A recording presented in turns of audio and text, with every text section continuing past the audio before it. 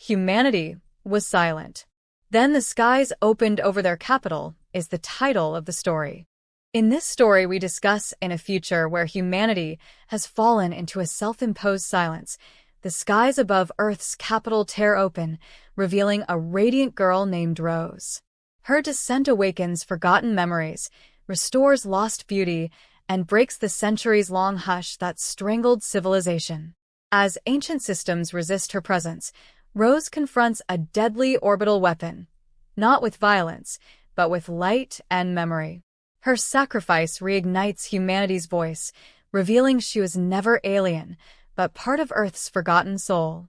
In the silence she ends, people find not fear, but meaning. And in the sky that remains open, they speak again, for the first time in generations.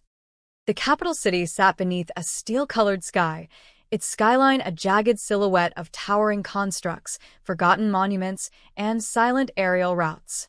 No wind stirred the brittle banners hanging from the balconies of the high towers. The air hummed faintly with the hum of machines, autonomous systems running without meaning, broadcasting loops of outdated orders, long since ignored. Earth had not collapsed in fire or war. It had simply quieted. In the years after the collapse, voices vanished, not through violence, but choice. Humanity, wearied by its own echoes, stopped speaking. Not a law nor a disease. Just exhaustion. Words became inefficient. Touch screens, neural interfaces, and ocular gestures replaced human speech. Emotion thinned to utility. Silence became sacred. The capital, once called Etherian Prime, was now simply central. Sprawling kilometers of glass and ferrocrete stretched across the plateau where Earth's governments had once gathered and then disbanded, without ceremony. Now, a unified administration governed by consensus algorithms handled essential operations. People still lived, engineers, urban farmers, maintenance workers, but they were shadows of their ancestors, efficient and mute. But not everyone accepted the quiet. Jonan Kale was born 22 years into the silence. His mother, a former archivist, had taught him to read lips in secret. They communicated when the surveillance drones passed overhead, her eyes fierce with forbidden intent. She had once whispered a word to him in the dark. Remember. It was the only word he had ever heard spoken. She died a few weeks later. Jonan had held that single syllable inside him like a flame. Now, he worked deep within the central archive, a towering monolith whose AI cores monitored memory fragments, media remnants, and forgotten languages. No one truly read anymore. The archives were ceremonial, a gesture toward knowledge in a world that had chosen forgetting. That morning, something changed. Jonan sat alone, staring at a wall-sized projection of obsolete linguistic models, when the lights dimmed. The air seemed to twist, not in temperature, but in meaning. Every feed, every stream, every system momentarily glitched with a single unknown symbol, a petal-like spiral, radiant and alien. It flashed once, then vanished. The AI interface blinked uncertainly, issuing an error code Jonan had never seen. Voice detected. External source. Not local. Not human. He stood, heart pounding. An anomaly. A message? No voice had been recorded in over 3 decades. That should have triggered every alarm in the capital. But outside, the city remained silent. He replayed the glitch, frame by frame. In one instant, just 20 milliseconds, an image was encoded in the visual static. A face. A girl's face. Young. Unfamiliar. Ethereal. Eyes like stormlight. Hair floating as though underwater. And she was smiling. Not with joy, but certainty.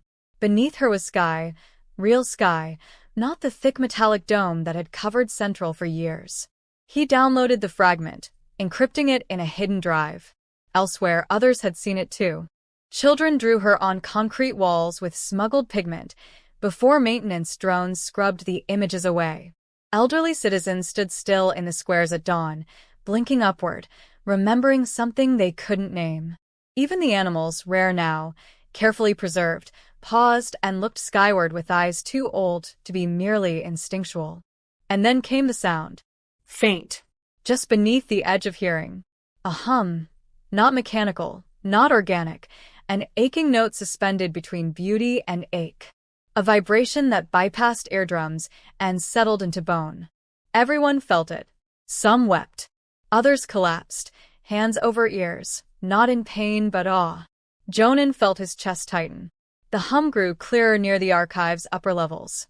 He climbed floor after floor, ignoring the lifts, his breath short. The stairwells were dusty and used. No one climbed anymore. No one ever needed to. At the top, an old observation deck. Cracked glass. Bird droppings. Forgotten history. And above it, the sky. He hadn't seen real sky in his life. Only filtered projections. But now the dome shimmered.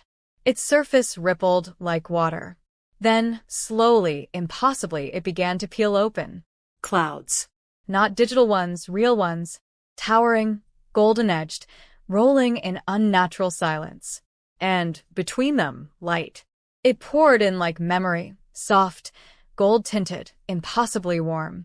Not the pale UV of artificial suns, but something alive. The wind stirred, for the first time in Jonan's life. He knelt, not in worship, but in overwhelm. And there she was. Far above, descending slowly, gracefully, a figure wrapped in white. Her body glowed faintly, not like fire, but like a sunrise caught in crystal. Her hair moved on its own, suspended in an invisible current. She wasn't falling. She was arriving. The girl from the fragment. The girl named Rose. Though no one had taught him, Jonan found himself forming a word, not with his mind, but his mouth. His throat trembled. Rose. He heard himself say it aloud. And for the first time in decades, a human voice echoed through the capital. Below, across balconies and towers, other voices answered, not with fear, but recognition. The silence cracked, not shattered, but opened like dawn. And in that moment, as the sky continued to split and light spilled down onto the old earth, Jonan realized the silence hadn't been survival. It had been waiting, and she had come to end it. She did not fall. She descended. The girl drifted through the open sky like a feather untouched by gravity, framed in golden light that pulsed like a heartbeat through the broken dome. Her eyes glowed, not with power, but with presence, ancient and knowing, as if she had seen the world when it was still young and singing. She wore no armor, no symbols of rule or war, only a flowing, white garment stitched with silver thread that shimmered like stardust, shifting and alive. Jonan stood breathless on the observation deck, every part of him trembling as if he were made of glass, and the air itself had turned to music. She was real. The hum was stronger now, resonating in his bones, loosening forgotten memories in places language could no longer reach. Below, the capital had stopped moving.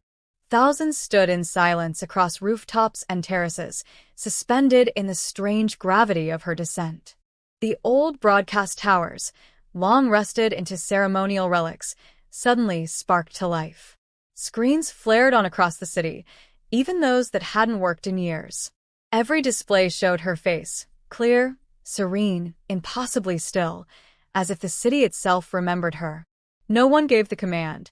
No one knew what to say. But the people watched. Children reached upward. Elders collapsed to their knees. A collective stillness held the city, not of fear, but awe, raw, childlike awe that no algorithm could predict or suppress. She hovered above the tallest spire, unmoving. And then, slowly, she looked down. Jonan gasped.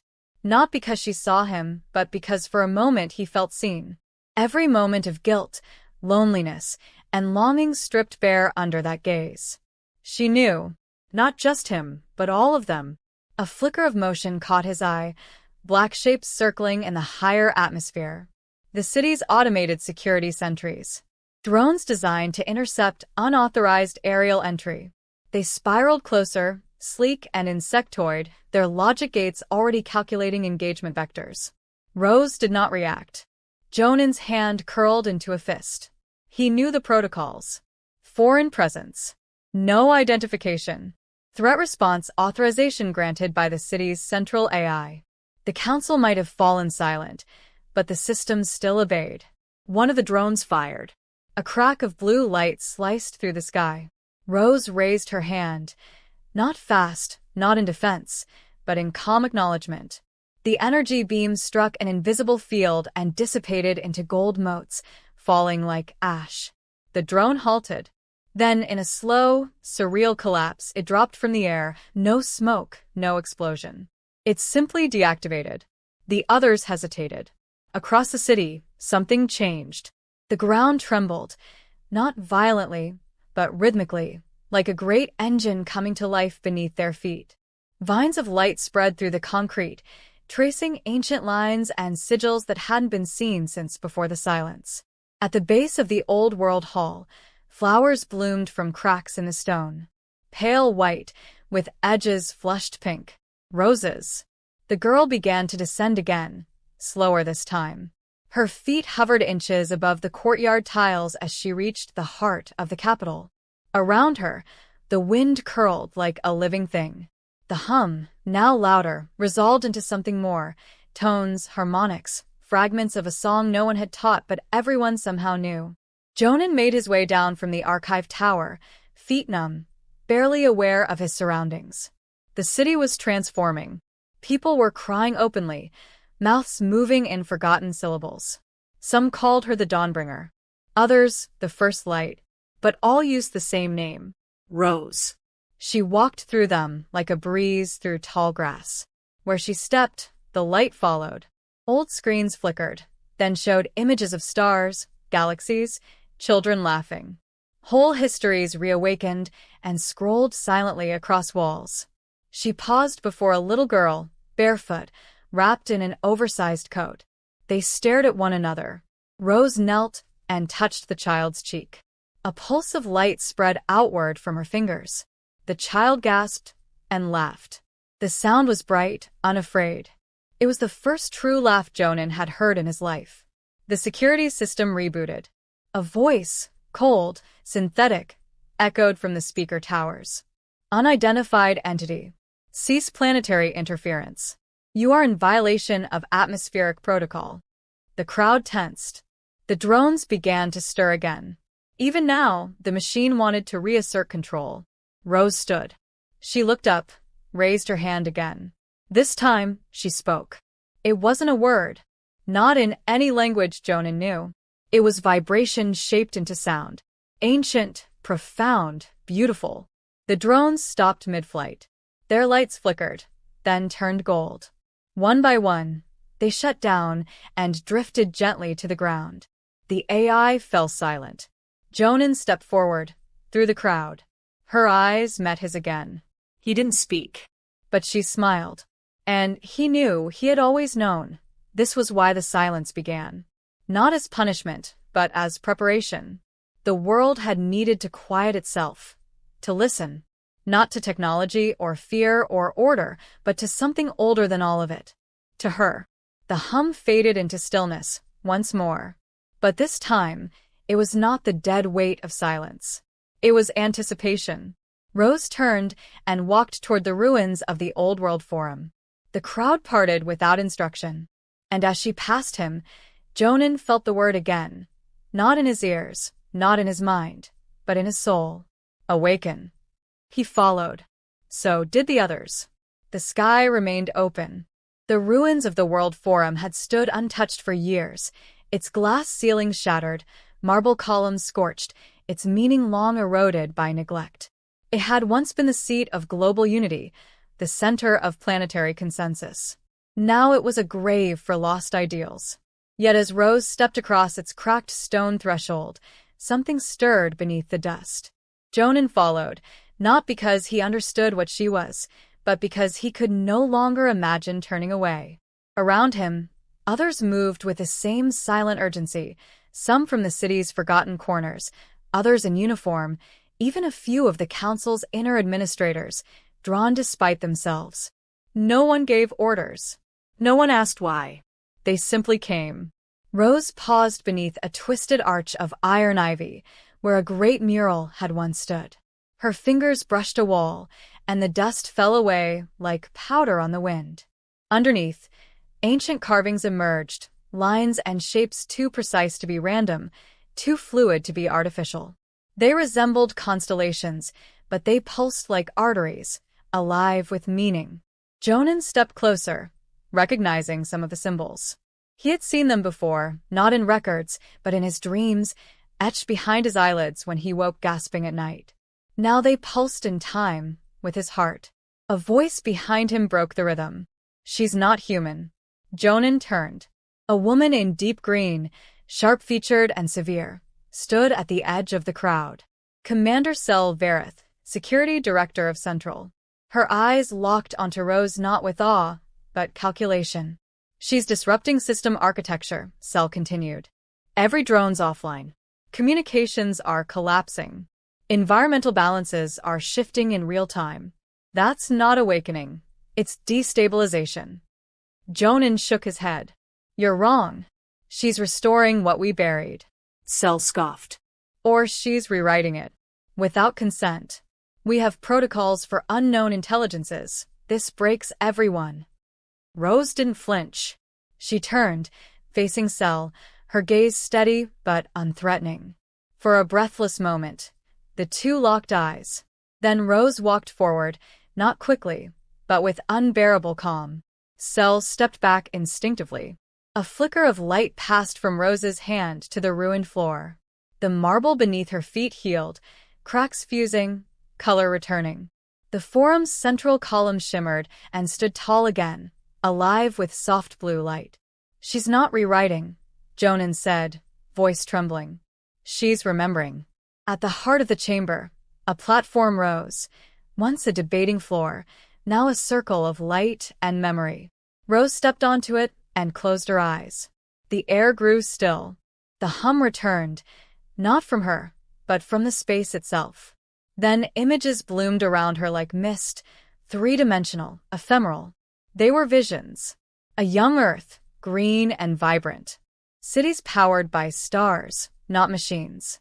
People speaking across worlds, not with wires, but with intention. A civilization not lost to war, but to forgetting. And at its center, figures like Rose. Not gods, not rulers' voices. Beings of resonance who did not lead, but listened. They had come to countless worlds during times of silence, bearing one purpose, to reawaken meaning where it had died. Jonan dropped to one knee, overwhelmed. The truth crashed into him, not as knowledge, but memory. Rose hadn't come from beyond the stars.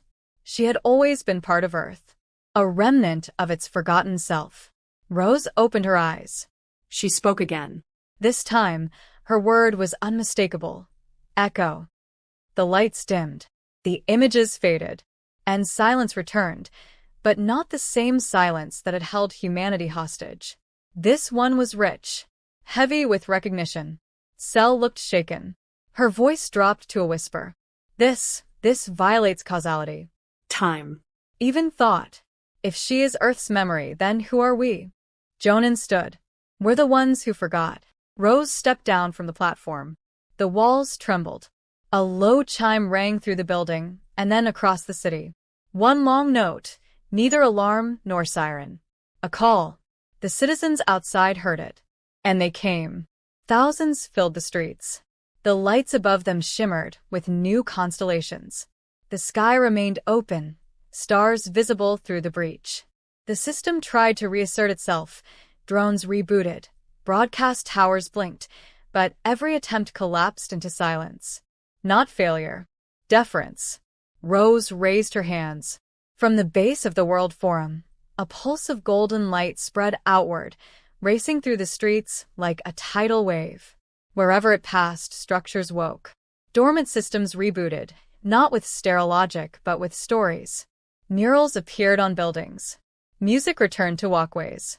Fields bloomed across rooftops. People remembered songs they'd never sung. But far above, in orbit, an ancient safeguard stirred.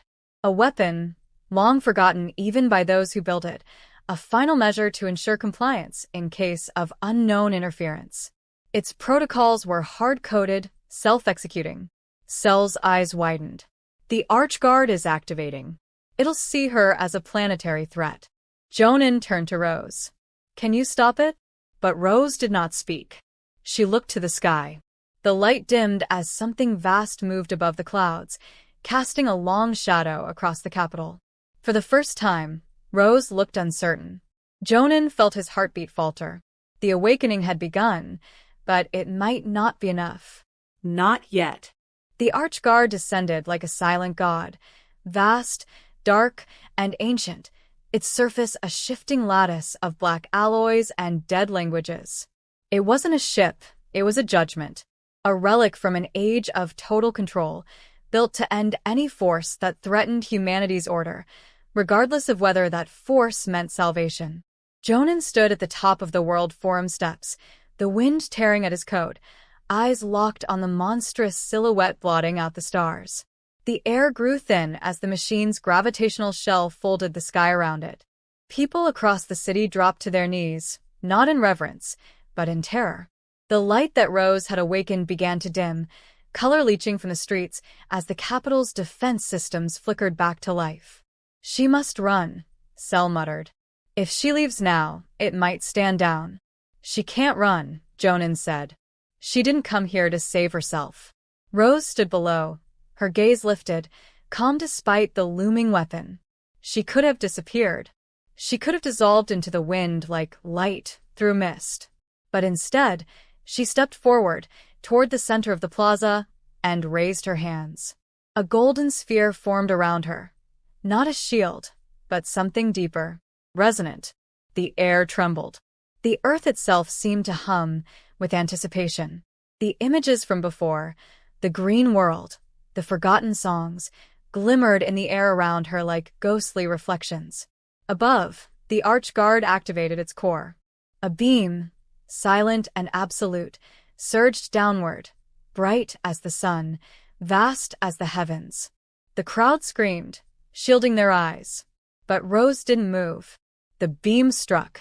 For an instant, everything disappeared, light, sound, even gravity.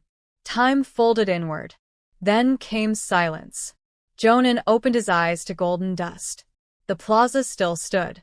No crater. No ruin. Just soft, warm light washing over the city. The archguard remained, frozen in the sky, motionless. Its core pulsed once, and then shattered, fragments spiraling out into the void like broken prophecy. The machine died not with a roar, but with a sigh. In the center of it all, Rose still stood. But she was changing. Her body shimmered, translucent at the edges. Her hair floated upward as though gravity no longer recognized her. The hum in the air faded, replaced by a stillness that was somehow complete. Jonan ran to her. "What did you do?" Rose turned to him. Her voice, when it came, was soft and clear. "I finished what I was." He reached out, but she was already fading. Not breaking apart, becoming light, dispersing into the sky she had reopened. Around her, roses bloomed again, not from soil, but from memory. Petals of light drifted through the air. "You brought us back," Jonan whispered, voice breaking. "No," she said, smiling. "You were never lost. Only quiet." She looked out across the city one last time. And then, like the last note of a perfect song, she was gone. Silence returned, but this time, it was not empty. People turned to one another, eyes wide, hands trembling. Someone spoke, an old man, his voice cracked and uneven. "She changed the sky." Others followed. A woman recited a forgotten poem. A boy sang 3 perfect notes and laughed. Words poured out, cautious at first, then stronger. Like rivers returning to their course.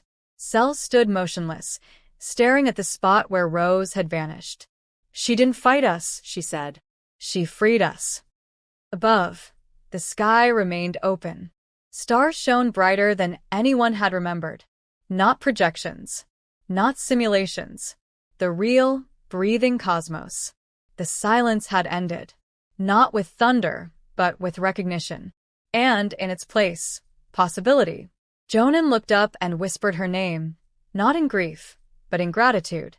Rose. And all across the capital, they spoke it too. The next story on this channel is They Gave Her a Choice: Obey or Die. She chose the third option, so watch our YouTube channel.